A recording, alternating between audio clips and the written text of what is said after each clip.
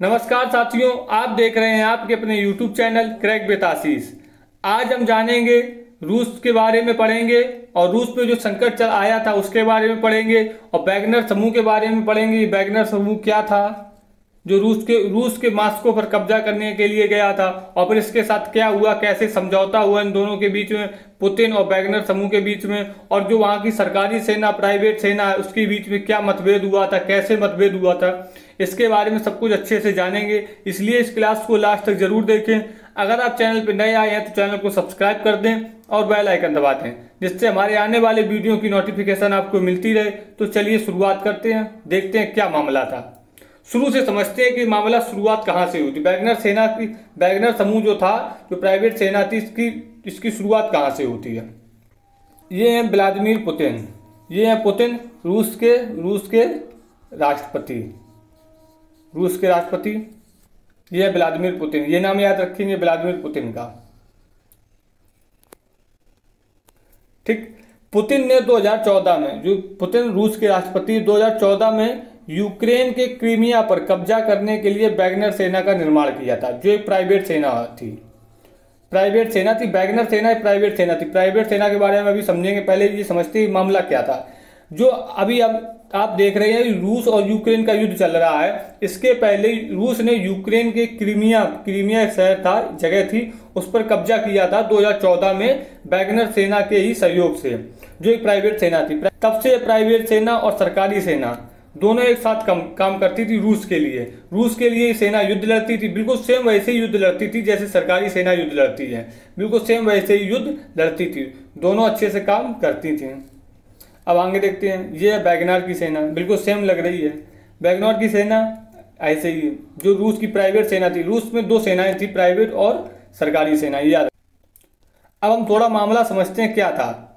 ये था रूस, ठीक, ये है पूरा यूक्रेन, और यूक्रेन का ये एक हिस्सा था क्रीमिया। ये रूस है पूरा, ये पूरा रूस है, यहाँ तक रूस था। ये यहाँ पर कब्जा किया था 2014 में, जो यूक्रेन का हिस्सा था क्रीमिया। किसकी सहायता से? वैगनर सेना की सहायता से, जो एक प्राइवेट सेना थी। ठीक, वहीं से मामला बिगड़ गया। रूस और यूक्रेन का युद्ध, जिसमें रूस की सरकारी सेना और वैगनर दोनों सेना रूस की तरफ से युद्ध लड़ रही थी। रूस की जो सरकारी सेना थी और वैगनर सेना थी, ये दोनों रूस की तरफ से लड़ रही थी। जिसमें रूस की जो प्राइवेट सेना थी, वो रूस की जो सरकारी सेना थी उससे अच्छा काम कर रही थी, लेकिन क्रेडिट सारा सरकारी सेना को मिलता था। क्रेडिट से मतलब मेहनत कर रहे थे प्राइवेट सेना वाले और उसका जो क्रेडिट था वो मिल रहा था सरकारी सेना वालों को। इसलिए इन दोनों सेनाओं के बीच में आपस में मतभेद हो गया। इन दोनों सेनाओं के भी आपस में मतभेद होना लाजमी था, क्योंकि एक सरकारी सेना थी, एक प्राइवेट सेना थी, सबको अपना अपना क्रेडिट चाहिए था। फिर बताया गया कि मतभेद इतना हो गया कि सरकारी सेना ने प्राइवेट सेना को मारने की कोशिश की। तो बताया गया कि सरकारी सेना ने प्राइवेट सेना के ऊपर बम भी दागे, तो वहीं पर मामला और बिगड़ गया। सेनाएं जबकि लड़ रही थी रूस की तरफ से, लेकिन दोनों सेनाओं में आपस में मतभेद हो गया। जब आपस में मतभेद हो गया तो वहीं पर अब एंट्री होती है प्रिगोजिन की। प्रिगोजिन कौन थे? अब प्रिगोजिन के बारे में समझते हैं। प्रिगोजिन एक थे जो व्लादिमीर पुतिन के बहुत ही करीबी थे। इनके रसोइया इनको खाना परसते थे। एक बार इन्होंने, जब मोदी जी वहां गए थे तो इन्होंने मोदी जी को भी खाना परसा थे। यही प्रिगोजिन थे। मतलब जो प्रिगोजिन थे, जो पुतिन के बहुत ही खास माने जाते थे। लेकिन जब उन्हें ये पता चला तो उन्होंने प्राइवेट सेना का पक्ष लिया और जो इनकी खास थे जो पुतिन से, इन्होंने उनसे बगावत कर ली। प्रिगोजिन जो अपने आप को प्राइवेट सेना का हेड बताते हैं, अब उन्होंने अपने आप को प्राइवेट सेना का हेड, अब मतलब इस समय प्राइवेट सेना को यही लीड कर रहे थे। अभी तक प्रिगोजिन पुतिन के बहुत खास हुआ करते थे और पुतिन के बावर्ची थे, उनको खाना परोसते थे।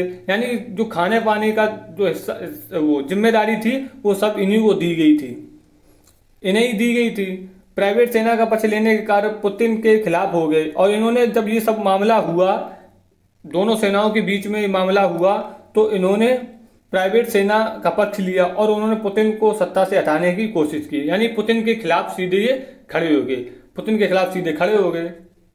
जो सरकारी सेना, वो सबको ही पता है, वो देश की सेना होती है, तो पुतिन अपने सरकारी सेना का पक्ष ले रहे होंगे।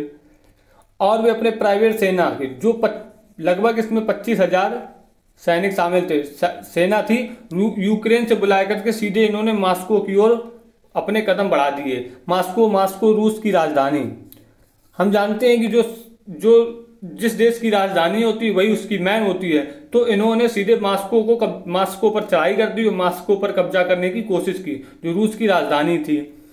ये 25,000 की सेना ले जा रहे थे, मॉस्को की तरफ बढ़ रहे थे। अब होती है बेलारूस के राष्ट्रपति लुकाशेंको की एंट्री, यानी कि जब सेना मॉस्को की तरफ बढ़ रही थी प्राइवेट सेना, तो अब लुकाशेंको उसमें एंट्री करते हैं। लुकाशेंको कौन है? लुकाशेंको है बेलारूस के राष्ट्रपति। बेलारूस के राष्ट्रपति है। बेलारूस और रूस आपस में पड़ोसी देश हैं, तो ये पक्के दोस्त हैं, दोनों देश पक्के दोस्त हैं, यानी कि जो पुतिन और लुकाशेंको पक्के दोस्त हैं। तो इन्होंने पुतिन ने लुकाशेंको को पूरी कहानी बताई और लुकाशेंको ने पुतिन की सत्ता बचाने के लिए प्रिगोजिन को कॉल लगाई।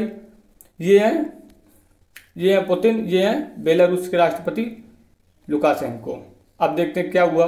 क्या होता है, लुकाशेंको की एंट्री के बाद दोनों सेनाओं के बीच समझौता करा देते हैं। इसका मतलब जो पुतिन और जो प्राइवेट सेना थी इसके बीच समझौता करा देते हैं और पुतिन की जो सत्ता थी उसको बचाते हैं।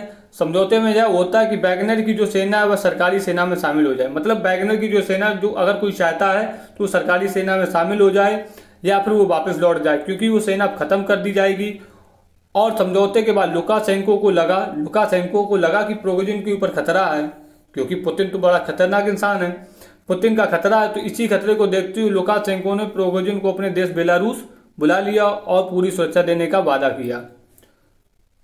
ठीक, अब इसके बाद देखते हैं, फिर भी प्रिगोजिन डरे हुए हैं, क्योंकि उन्हें पता है कि जो भी पुतिन के खिलाफ जाता है वो पुतिन उसे छोड़ते नहीं है। अभी तक का रिकॉर्ड है जो पुतिन को धोखा देता, पुतिन ने उसे अभी तक छोड़ा नहीं है। ये दोस्तों मामला था। जो बेलारूस था उसने पुतिन और वैगनर सेना के बीच में समझौता कराया था, जिससे पुतिन की सत्ता बच गई थी। दोस्तों, अगर ये क्लास आपको अच्छी लगे तो इसको लाइक कर दें।